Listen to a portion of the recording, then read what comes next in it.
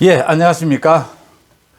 문재인 정부는 지난달 24일에 윤석열 재판, 그 윤석열 재판 이전과 윤석열 재판 이후로 확연히 나뉘게 될 것입니다. 물론 윤석열 재판의 그 역사적 의미는 제가 보기에는 그것보다 훨씬 더 큰 거지만요.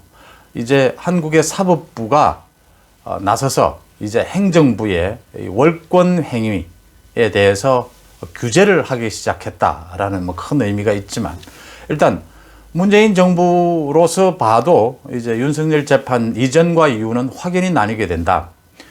문재인 대통령이 윤석열 재판 결과에 대해서 승복을 하고 좀 국정 운영의 방향을 바꾸겠다라고 결심을 한 것 같아요.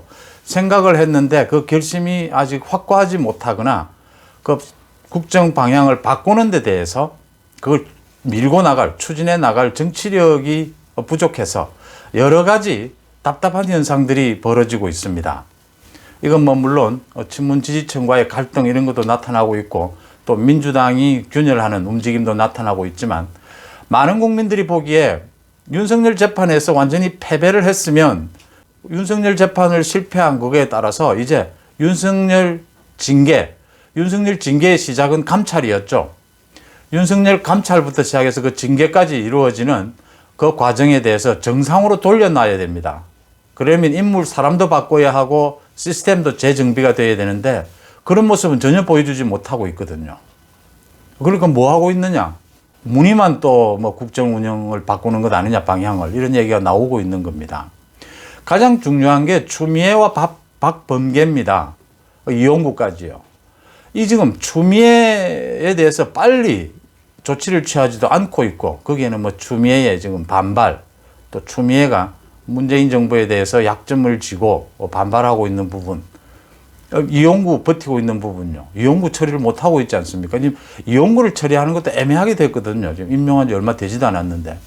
그 다음 후임으로 지금 박범계를 내세웠는데, 이 박범계도 폭행 비롯해서 지금 재산 등록 제대로 하지 않는 부분, 여러 건들이 나오고 있는 상황입니다. 이러니까 이게 지금 문재인 정부가 뭘 제대로 바꾸려고 하는 건지라고 자꾸 의심이 드는 부분입니다. 근데 마침 지금 윤석열 징계에 대해서, 공격에 대해서 시작이 됐던 그 감찰의 부분, 법무부의 감찰 절차에 대해서는 법무부 감찰관이죠, 류혁이 이 감찰 제도 전반 시스템을 다 바꾸고 사과를 하고 했습니다. 이제 좀 바뀌는 부분을 추진하겠다는 거죠. 근데 문제는 지금 박범계와 이용구입니다. 추미애는 곧 나갈 테니까. 청와대가 박범계 후보자에 대한 인사청문을 요청하면서 정치 활동한 것을, 이력을 근거로 내세워서 청문회 요청을 했어요. 이런 경우는 거의 없는데, 이렇게 청문회 요청서에 내 편을 쓰겠다, 이 인물이 내 편이어서 법무부 장관에 임용하겠다, 이렇게 밝히는 일은 없습니다. 이렇게 밝힌 이유가 무엇일까에 대해서 얘기도 나오고 있습니다. 많은 비판과 함께요. 국민의힘의 전주회 의원실이 밝힌 자료입니다. 문재인 대통령 명의로 국회에 인사청문 요청안을 보내면서 박범계에 대해서 판사로 재직할 당시 우리법 연구회 회원으로 활동하면서 개혁적인 목소리를 냈다라고 밝혔습니다. 우리법 연구회는 소위 진보 성향의 판사들의 어떤 친목 연구 단체입니다. 이런 걸 내세우는 법은 없거든요. 이걸 왜 내세웠으며, 또 2002년 노무현 대선 후보의 지지를 선언하면서 박범계가 판사를 사직하고 대선 캠프에 참여해 참여정부 출범에 기여했다, 이런 평가를 담고 요청서를 보냈습니다. 추미애나 조국을 임용할 때도 추미애는 판사와 국회의원으로서 쌓아온 법률적 전문성과 경륜이라고 했습니다. 이렇게 하는 법이죠. 법학자로 쌓아온 학문적 역량과 국민과의 원활한 소통 능력, 조국에 대했습니다. 전혀 조국이나 추미애 이런 사람들 아닌 게 드러났지만 어쨌든 요청서에는 이렇게 쓰는 겁니다. 그럴듯하게, 형식적으로는요. 근데 박범계에 대해서는 그렇게 아예 쓰지도 않고 아예 노골적으로 이렇게 어떤 정파적인 활동을 해온 사람이다 라고 노골적으로 밝혔습니다. 이 얘기는 박범계가 어떤 논란 속에서도 법무부 장관으로 임용하겠다라는 의지를 드러낸 겁니다. 소위 지금 검찰이나 국민들에 대해서 선전포고라고 해야 되나요? 밝히는 거죠. 정권에 대한 수사를 무력화시키기 위해서 우리는 대놓고 이 법무부 장관을 임용하겠다, 박범계를 임용하겠다, 이 얘기로밖에는 해석이 안 되는 대목입니다. 그러니까 최소한의 형식적인 예의, 중립적인 균형감마저 이제 지키지 않겠다는 겁니다. 이러고서 문재인 정부가 국정 노선을 바꾸겠다라고 하니까 그게 또 속마음이 의심을 받게 되는 겁니다. 아예 박범계에 대해서 대놓고 국회 인사청문회 과정이 어떻든 간에 임용하겠다 이런 의지를 드러낸 것이다. 우리 편이니까 쓰겠다. 이런 태도, 이런 것으로 읽히고 있습니다. 반가운 것은 류혁 감찰관이죠. 류혁 감찰관은 처음부터 윤석열 감찰에 대해서는 잘못된 것이다. 그거는 법리에 맞지를 않는다라고 반대를 하니까 류혁을 패싱시켰죠. 추미애가.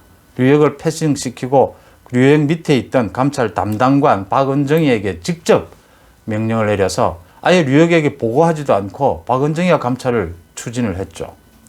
이렇게 감찰관을 패싱해도 되는 건지, 그 다음 법무부에 감찰위원회가 있는데 그 감찰위원회의 훈령을 추미애가 바꿉니다. 윤석열 징계를 위해서. 감찰위원회를 열어야 한다라고 되어 있는 걸 열 수도 있다라는 식으로 바꿉니다. 그래서 감찰위원회를 패싱하려고 했죠. 그런데 감찰위원회가 반발을 하고 들고 일어나서 윤석열 징계가 실패해가는 첫 단계가 감찰위원회였지 않습니까?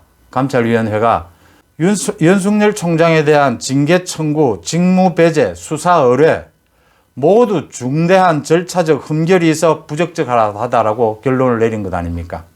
그러나 그때 열린 그 감찰위원회에서 류혁 감찰관이 모든 걸 이야기를 다 했죠. 감찰관 내가 반대하니까 패싱을 했다. 박은정이 마음대로 처리를 했다. 이 감찰위원회 훈령 규정도 개정한 것이 잘못된 것이다. 부적절하다.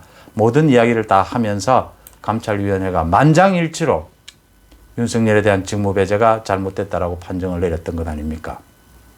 그것에 대해서 류혁 감찰관이 어제 열린 감찰위원회에서 이제 감찰위원회가 이걸 정상으로 바로 돌려라 라고 하니까 류혁 감찰관이 그동안 잘못된 것을 사과를 하고 감찰관을 패싱하고 이렇게 감찰 업무가, 법무부 감찰 업무가 진행되지 않도록 시스템을 바꾸겠다. 그 다음 감찰위원회를 열어도 되고 열지 않아도 되는 식으로 이렇게 훈령을 바꾼 것도 다시 고치겠다. 감찰위원회를 거쳐야 한다. 감찰위원회를 두는 이유가 없거든요. 그렇게 되면. 윤석열 재판이 잘못된 거니까, 문재인 정권이 실패한 거니까 모든 것을 윤석열 재판 이전의 것으로 시스템과 사람을 다 돌려놔야 되는 것 아닙니까? 그 첫 시도로 류혁 감찰관이 사과를 하고 다 돌려놓겠다라고 한 것이죠. 감찰관을. 그럼 나머지 다른 부분, 검찰 내에서나 많은 부분들은 어떻게 할 것이냐? 그 첫 단추가 인사죠. 사람을 바꿔야 하는 것이죠. 이제 검찰 쪽은 곧 새 법무부 장관이 된다면 검찰 인사가 이루어질 테니까 지켜봐야 될 대목이고요. 검찰 쪽에 지금 윤석열 징계에 가담했던 그 추미애 라인들, 사단들은 어떻게 정리가 될 것인지. 그 다음 법무부 쪽에 추미애와 이용구, 심재철 이 부분을 어떻게 정리를 할 것이냐. 그 다음 박범계. 이 인사청문회에서 도저히 박범계는 인사청문회에 올려서는 안 되는 인물인데 이렇게 지금 문재인 정부가 아예 노골적으로 내놓고 우리 편이니까 쓰겠다라는 식입니다. 인사청문회를 하지 않을 수 없으니까 인사청문회에서 정말 야당이 여러 가지 건입니다. 지금 뭐 폭행건도 한두 건이 아니고요. 지금 재산 등록하지 않은 것도 한두 건이 아니고 두 건이고 뭐 여러 가지 재산상의 문제. 그다음 더 중요한 것은 이렇게 청와대가 노골적으로 우리 편이니까 쓰겠다라고 하는 부분을 짚어서 국민 여론의 호소가 되어야 된다. 고맙습니다.